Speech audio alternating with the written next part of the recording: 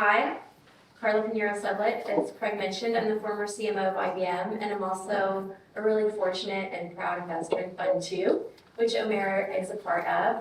And Omair, obviously we know you're very successful beyond cart.com, but one of the things that really intrigued me when I met you was your backstory. So would you mind walking us through your non-LinkedIn version of your story? Yeah, sure. Thanks for having me, and thanks for inviting me. It's always great to see good friends, Dawn and Craig and Kelly. So my backstory is kind of strange because I actually was born in Pakistan. I grew up in Dubai. I was 3 months old when my parents migrated there. While I was in school, I actually failed 3rd grade because I hated academics. Didn't realize it was an issue until I went back to school the next year and all of my friends had moved on to the 4th grade. And I was like, oh shit, this is no fun. And so I spent a year in kind of, thinking about life in 3rd grade. And made a decision that I'm going to try and catch up to my friends in 5th grade by sitting for 3rd grade and 4th grade in 3rd grade. Somehow convinced the principals and teachers to let me do that, and I did it, and I actually skipped 4th grade and went to 5th grade with my friends, and then I was like, okay, this is a shortcut. I don't really like being in school, maybe I should just get done early. Graduated high school at 15, got a full-ride scholarship to go study astrophysics at Cambridge University, UK. Moved to London for about a semester and a half, and I got contacted by NASA to come to Houston, and they were willing to basically pay for all of my education all the way to my PhD and give me an internship. That's how I ended up in Houston, actually. People ask me, like, what are you doing in Houston? Why Houston? So I moved to Houston in Q1 of 2002, which was a very terrible time to be a foreign student. Because 9/11 had just happened, and the foreign student exchange program got, I think, canceled within 30 days of me arriving to Houston. I was 16 and a half years old, and I was like, okay, now what? I didn't want to go back to Dubai. Education there was not very great, so I decided to stay and enroll in college and started my undergrad degree at the University of Houston, ultimately got my MBA at Rice. And while in college, I started my big entrepreneurial journey at the flea markets on the weekends selling jewelry. So I was the guy that for 3 years wore a yellow sign around my neck after being an astrophysicist. My family thought I was, I'm not sure what they thought of me, but it wasn't good, and I don't want to know. But for 3 years, I built that business across 7 different locations in flea markets, and sold that business for like $900,000 to an entrepreneur in Dallas. And it wasn't a lot of money for a 21-year-old immigrant that has no network and no idea what he's doing. I was like, man, this is the greatest country in the world. You can come here, without any education or not know anybody and make a cool $1 million. So that's when I got my first taste in entrepreneurship, and I also met my wife around the same time, and we were expecting our first child, and didn't want to be an entrepreneur because I didn't realize that you could actually be an entrepreneur and also have health insurance. So literally that's what it was. And I was like, okay, I'm going to join a company that's earlier stage that has health insurance, but not big, so I don't feel like a number in a large corporate. So ended up joining a company called Blinds.com, and they were about a $20 million company, and I joined them as their CFO. They became their chief operating officer. Grew that business to about $400 million in 6 years. Raised capital for Morgan Stanley expansion. Led several acquisitions, exited the company to Home Depot back in 2014. I was 29 years old, and I was, man, this country just keeps getting better. I retired for 5 days. It was great. And then I was like, okay, what do I do next? And Home Depot had a great opportunity for me to actually run their interconnected retail business for configurable products, which was really just a pie-in-the-sky idea for Home Depot to connect their digital platform with the physical world across hard-to-buy products. And the idea really was, look, if you're trying to buy a countertop online or millwork or decking, it's hard to buy online, right? Because you have to measure it and install, and the homeowners are kind of anxious when they're thinking about the whole process of buying. And Home Depot was like, look, this is a multi-billion-dollar category. If you can crack the code of making that process easy, this is a multi-billion-dollar category. And I was like, game on. Did that for 6 years, built the $2.2 billion business at Home Depot, worked for Kevin Hoffman, Ted Decker, Ted's now the CEO there, Carol, who's now running UPS, God help UPS. She's great, but very, very hard to work with. And did that for 6 years, and at the end of 2019, 2020, I started just having the itch again. So what I had learned at Home Depot was that when you build a connected platform that connects the world digitally and physically, you can create tremendous amounts of value for the people using it, right? So in Home Depot's case, it was the consumers. It was a very connected journey, and when I looked around, I realized that the world today was, Shopify or BigCommerce or Magento with 20 different apps and 25 different vendors you have to kind of partner with to do different parts of your commerce enablement. So I was like, okay, this is my third gig now and has to be the biggest thing I ever work on. So why not build the backbone of commerce enablement globally and build this great brand, big vision of connecting the digital world with the physical world, and launched Cart.com in November 2020, and it's been 2 years and 5 months. I can also tell you the hours, but that'll probably freak you out. And it's been an incredible journey so far. Yeah, so I identify with a lot of that as an immigrant and as someone who basically put myself through school running restaurants and bars. I always admire people with grit and that have a little bit of a scrappy background. In fact, we joked about how do we inoculate our kids with a little bit of this adversity, which is a talk for another time. As someone who's had e-com in my remit before, I understand the power and potential of it. What made you decide to take it on, and how did you come about Cart.com? Like, what really inspired you? Yeah, so I've always been a D2C guy, right? So that's why Dawn and I speak the Army language. And even when I just entered here and Kelly was introducing me to Sebastian, and Dawn and I were just like, let's let us talk here. I'm sure, I don't know if Sebastian's still here, he's probably never going to talk to me again. I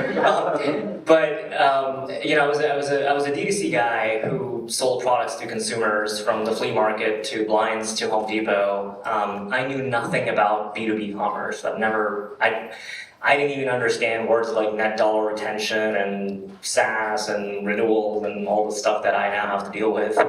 But I was the customer to a commerce enablement platform, right? And what I found was that there was really no perfect solution that was fully integrated. Salesforce Commerce Cloud came the closest, but they only had the digital component, no physical element to it. So I started thinking about there's $1 trillion addressable market, right, in e-com in the US alone, and I think it's even higher than that globally, 6 trillion or something, and growing.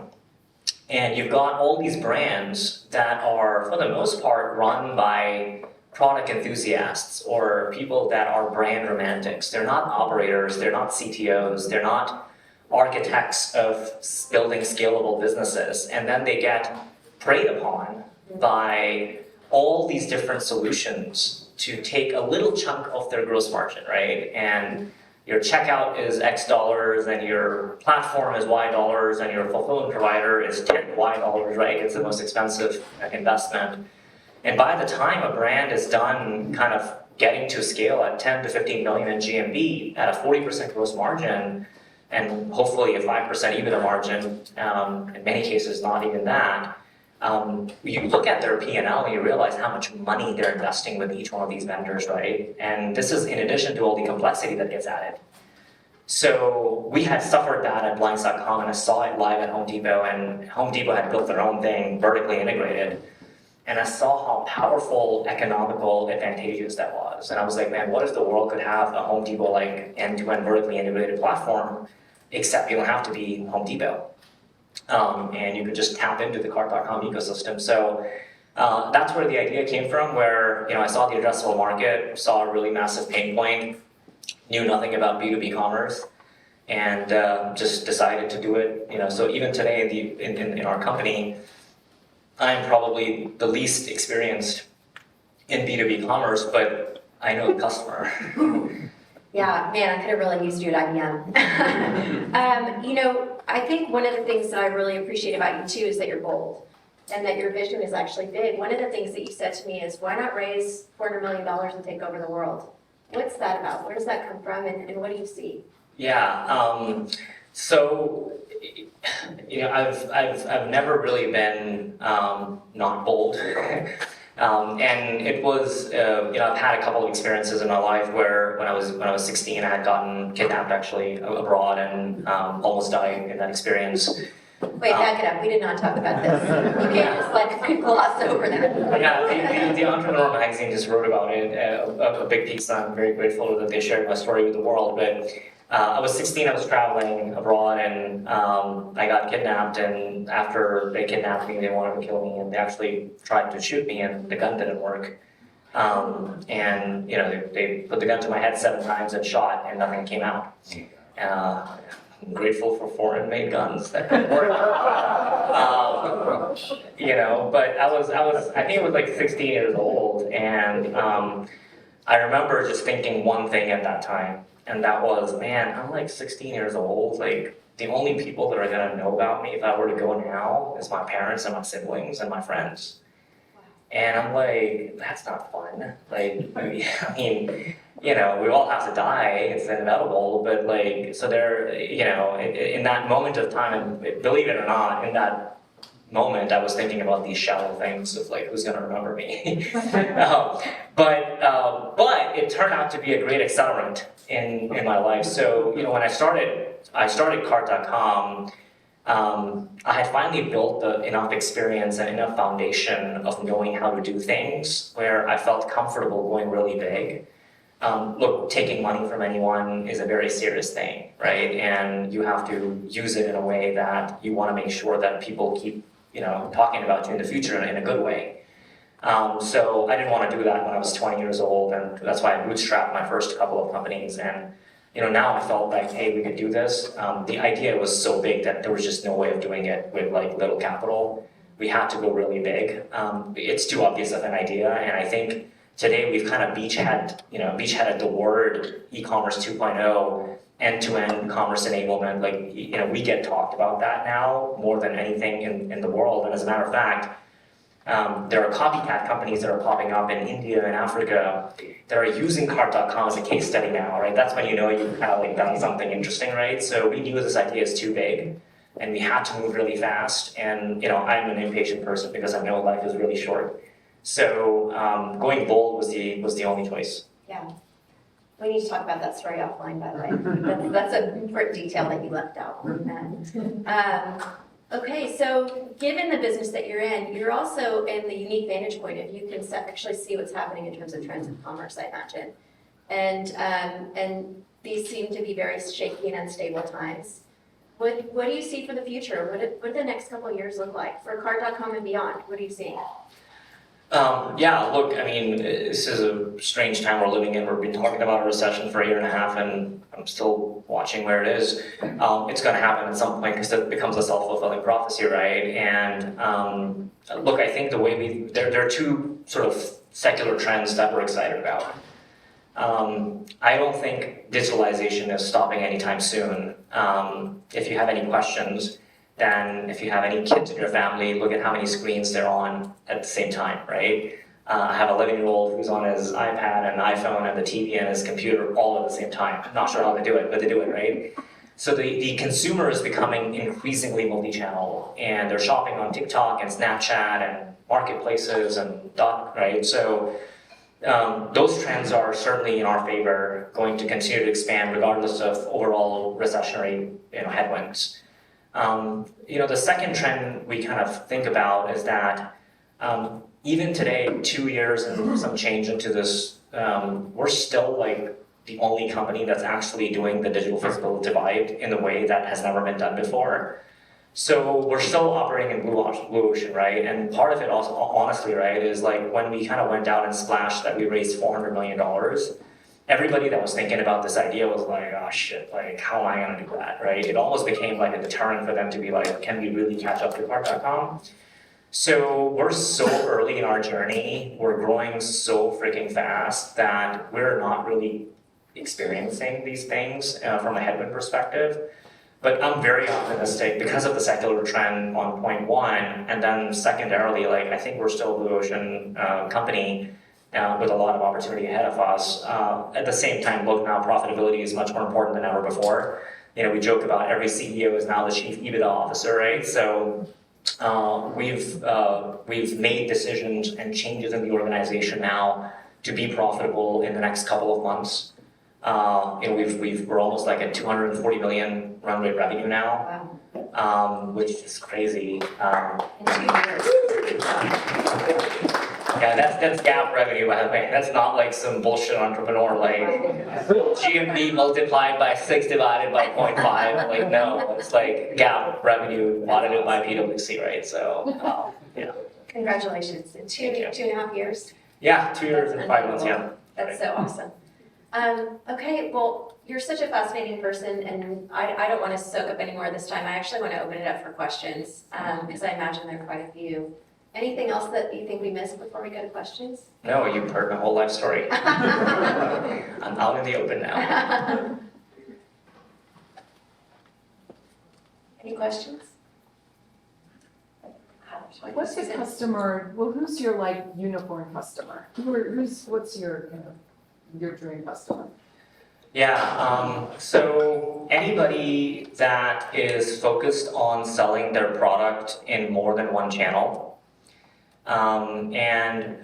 If you're an Amazon-only brand, for example, and you're looking to expand into other marketplaces, or you're looking to expand into D2C or omni-channel retail, brick and mortar, they're like the most attractive customers to us, because as you add a single channel in retail, the complexity increases exponentially, not linearly.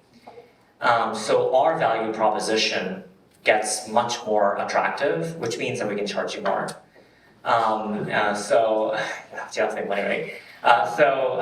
We experimented with single channel brands in the early stages of Cart, and we experimented with smaller size brands, and we realized that the gross margins weren't where we needed them to be, right? So we predominantly focus with brands that are scaling up really fast, spreading their wings across multiple channels.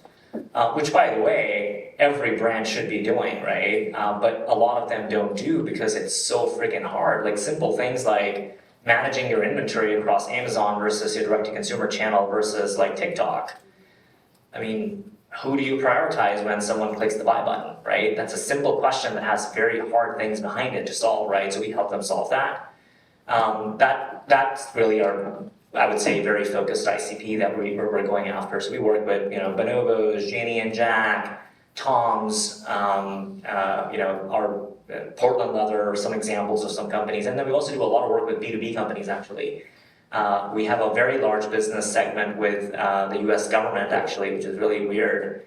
And the way it actually came up was the US government had the same problems that a multi-channel brand has, which is they have all this product that they want to move across multiple channels, technologically and operationally. How are they going to do it, right? So we've got a pretty diversified business that way. So we solve that multi-channel problem, both for B2C and B2B brands, if you may. Omair, do you have any success stories that you feel comfortable sharing? Yeah, I mean, look, we've done some pretty tremendous work.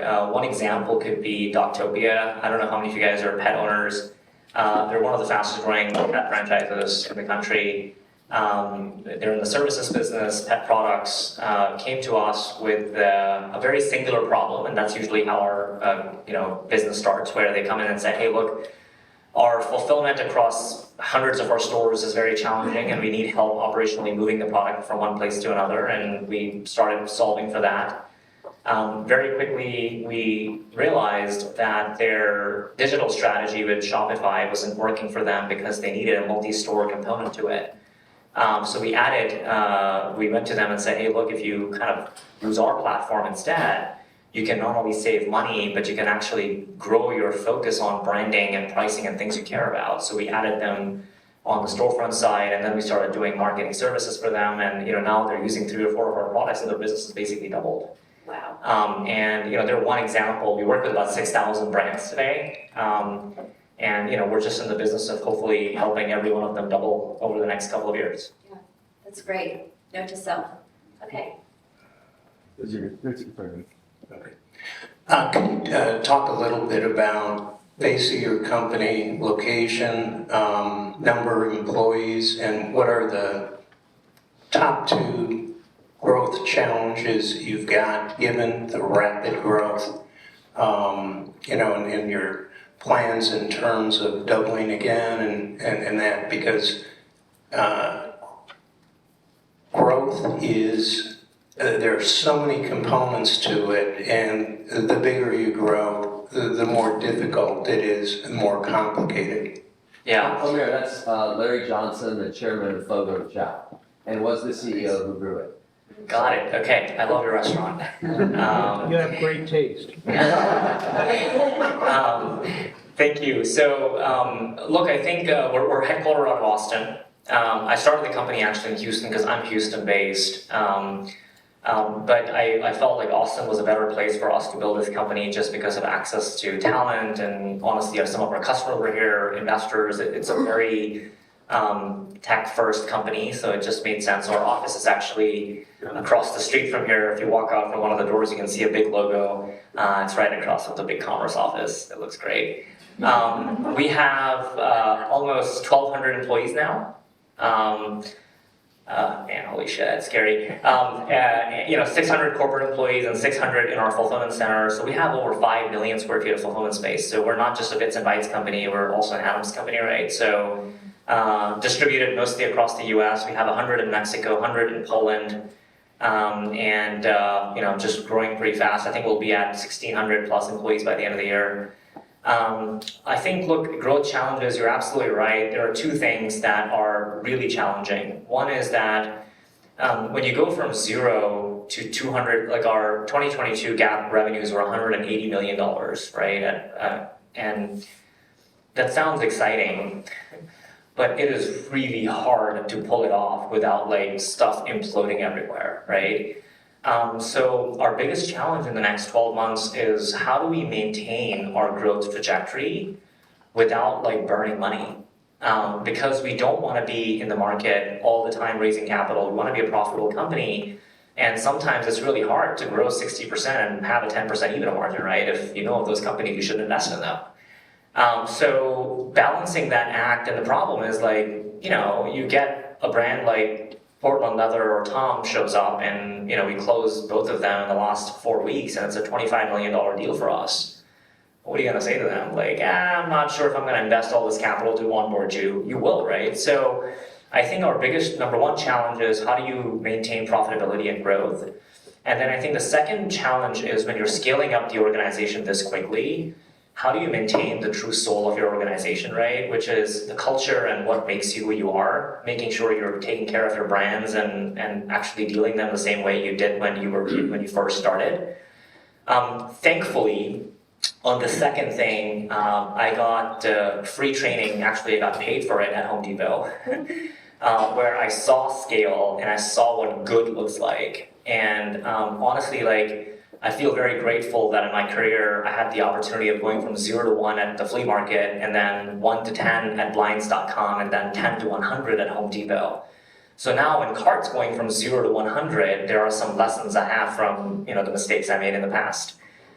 Using that, and look, at the end of the day, I stay very grounded. I talk to 10 to 20 customers every week. As a matter of fact, I had coffee with one of our customers before this. Everybody at the company works for me, I work for the customers, and I think as long as I pay attention to that, it helps me prioritize where I scale and how I invest. It still doesn't make it easy, and it's really, really hard, but those are the things we're thinking about as challenges. Any other questions? Can you talk about your revenue? Is it, like you talk about onboarding clients, how much of it is kind of one-off initially versus recurring? Almost 90+% of our revenue is recurring. Actually, 95% of our revenue is recurring. 50% is fixed recurring, 45% is activity-based. Out of that 45%, about 37% is order-based, so we're not tied to revenue, which is an important distinction here, especially going into a recessionary environment, right, where companies start discounting the shit out of their product. They don't start slowing down their shipments because they have bulk orders for inventory, which help them on pricing. So we're pretty recurring multi-year contracts from that perspective. Well, Omair, thank you so much. I appreciate you Thank you being for so having me. open. Yeah.